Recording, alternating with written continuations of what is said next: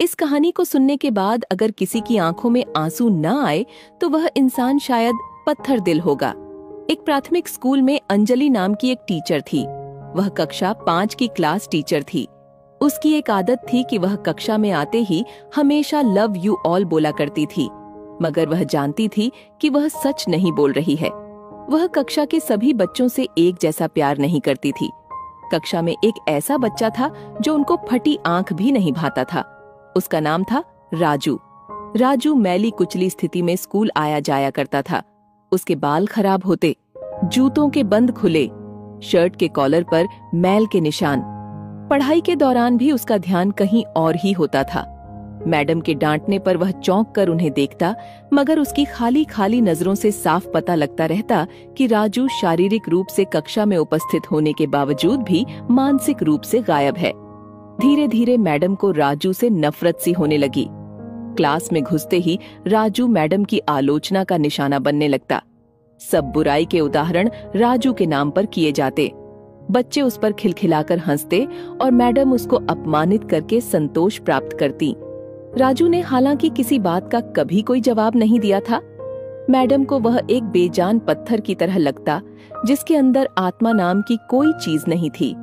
प्रत्येक डांट, व्यंग और सजा के बावजूद वह बस अपनी भावनाओं से खाली नजरों से उन्हें देखा करता और सिर झुका लेता। मैडम को अब इससे गंभीर नफरत हो चुकी थी। पहला सेमेस्टर समाप्त हुआ और प्रोग्रेस रिपोर्ट बनाने का चरण आया तो मैडम ने राजू की प्रगति रिपोर्ट में ये सब बुरी बातें लिख डाली। प्रगति रिपोर्ट माता पिता को दिखाने से पहले हेडमास्टर के पास जाया करती थी। उन्होंने जब राजू की प्रोग्रेस रिपोर्ट देखी तो मैडम को बुला लिया।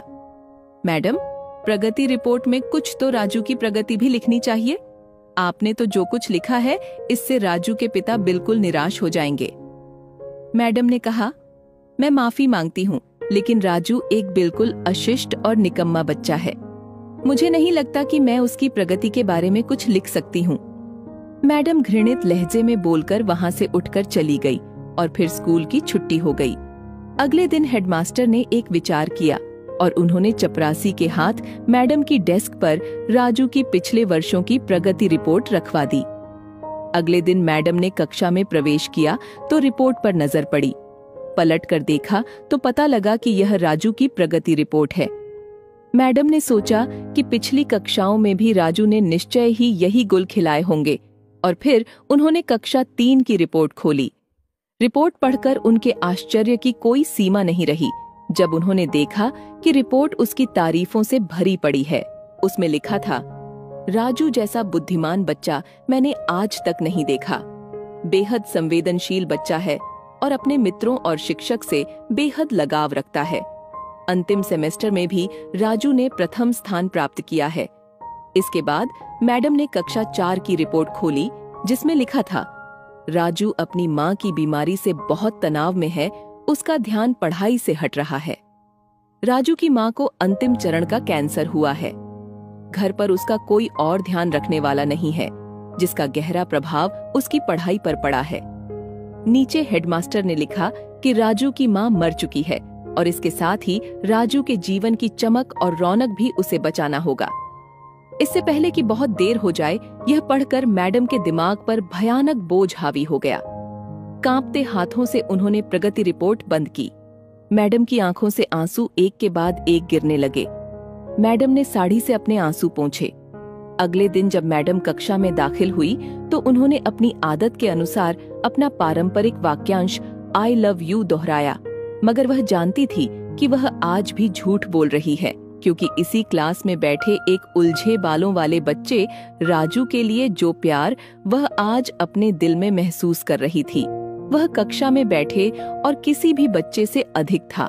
पढ़ाई के दौरान उन्होंने रोजाना दिनचर्या की तरह एक सवाल राजू पर दागा और हमेशा की तरह राजू ने सिर झुका लिया। जब कुछ देर तक मैडम से डांट फटकार और बाकी स्टूडेंट्स की हंसी की आवाज उसके कानों में नहीं पड़ी तो उसने अचंभे में सिर उठाकर मैडम की ओर देखा तो उनके माथे पर आज गुस्सा नहीं था, वह मुस्कुरा रही थी। उन्होंने राजू को अपने पास बुलाया और उसे सवाल का जवाब बताकर जबरन दोहराने के लिए कहा। राजू 3-4 बार के आग्रह के बाद अंततः बोल ही पड़ा। इसका जवाब देते ही मैडम ने न सिर्फ खुद कुछ अंदाज होकर तालियां बजाई, बल्कि सभी बच्चों से भी बजवाई। फिर तो यह दिनचर्या बन गई।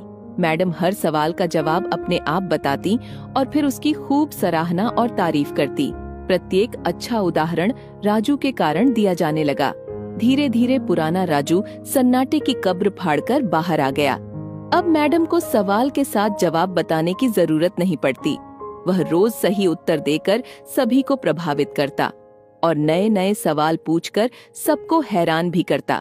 उसके बाल अब कुछ हद तक सुधरे हुए थे, कपड़े भी काफी हद तक साफ होते, जिन्हें शायद वह खुद धोने लगा था। देखते ही देखते साल समाप्त हो गया और राजू ने दूसरा स्थान हासिल कर कक्षा 5वीं पास कर ली। यानी अब वह दूसरी जगह स्कूल में दाखिल होने के लिए तैयार था। कक्षा 5वीं के विदाई समारोह में सभी बच्चे मैडम के लिए सुंदर उपहार लेकर आए और मैडम की टेबल पर ढेर लग गया। इन खूबसूरती से पैक हुए उपहारों में एक पुराने अखबार में बदतर सलीके से पैक हुआ एक उपहार भी पड़ा था। बच्चे उसे देखकर हंस रहे थे।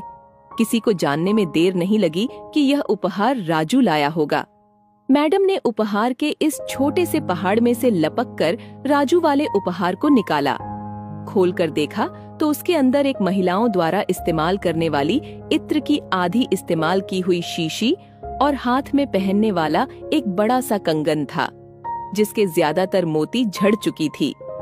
मैडम ने चुपचाप इस इत्र को खुद पर छिड़का और हाथ में कंगन पहन लिया। यह दृश्य देखकर सब बच्चे हैरान रह गए। खुद राजू भी आखिर राजू से रहा नहीं गया और इसके पास आकर खड़ा हो गया। कुछ देर बाद उसने अटक अटक कर मैडम को बोला, आज आप में से मेरी माँ जैसी खुशबू आ रही है। इतना सुनकर मैडम की आंखों में आंसू आ गए और मैडम ने राजू को अपने गले से लगा लिया। राजू अब दूसरी स्कूल में जाने वाला था।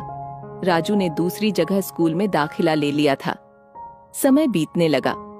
दिन सप्ताह सप्ताह महीने और महीने साल में बदलते भला कहाँ देर लगती है। मगर हर साल के अंत में मैडम को राजू से पत्र नियमित रूप से प्राप्त होता, जिसमें लिखा होता, इस साल में कई नए टीचर से मिला, मगर मैडम आप जैसा कोई नहीं था। फिर राजू की पढ़ाई समाप्त हो गई और पत्रों का सिलसिला भी समाप्त। कई साल आगे गुजरे और मैडम रिटायर हो गई। एक दिन मैडम के घर अपनी मेल में राजू का एक पत्र मिला, जिसमें लिखा था, इस महीने के अंत में मेरी शादी है और आपके बिना शादी की बात मैं नहीं सोच सकता। एक और बात, मैं जीवन में बहुत सारे लोगों से मिल चुका हूँ, मगर आप जैसा कोई नहीं है। आपका डॉक्टर राजू। पत्र के साथ ही प्लेन का आने जाने का टिकट भी उसमें अटैच था। मैडम खुद को हरगिज नहीं रोक सकी। उन्होंने अपने पति से अनुमति ली और वह राजू के शहर के लिए रवाना हो गई। शादी के दिन जब वह शादी की जगह पहुंची तो थोड़ी लेट हो चुकी थी। उन्हें लगा समारोह समाप्त हो चुका होगा, मगर यह देखकर उनके आश्चर्य की सीमा नहीं रही कि शहर के बड़े डॉक्टर, बिजनेसमैन और यहाँ तक कि वहाँ पर शादी कराने वाले पंडित जी भी थक गए थे कि आखिर कौन आना बाकी है। मगर राजू समारोह में शादी के मंडप के बजाय गेट की तरफ टकटकी लगाए उनके आने का इंतजार कर रहा था। फिर सबने देखा कि जैसे ही एक बूढ़ी औरत ने गेट से प्रवेश किया, राजू उनकी ओर लपका और उनका वह हाथ पकड़ा, जिसमें उन्होंने अब तक वह कड़ा पहना हुआ था, कंगन पहना हुआ था, और उन्हें सीधा स्टेज पर ले गया। राजू ने माया को हाथ में पकड़कर कुछ यूं बोला, दोस्तों, आप सभी हमेशा मुझसे मेरी माँ के बारे में पूछा करते थे और मैं आप सबसे वादा किया करता था कि जल्द ही आप सबको उनसे मिलवाऊंगा। ध्यान से देखो, ये मेरी प्यारी सी माँ दुनिया की सबसे अच्छी है मेरी माँ। यह मेरी माँ है। दोस्तों, इस सुंदर सी कहानी को सिर्फ शिक्षक और शिष्य के रिश्ते के कारण ही मत सुनिएगा। अपने आसपास देखें। राजू जैसे कई फूल मुरझा रहे हैं, जिन्हें आपका जरा सा ध्यान, प्यार और स्नेह नया जीवन दे सकता है। जय हिंद, जय श्री कृष्णा।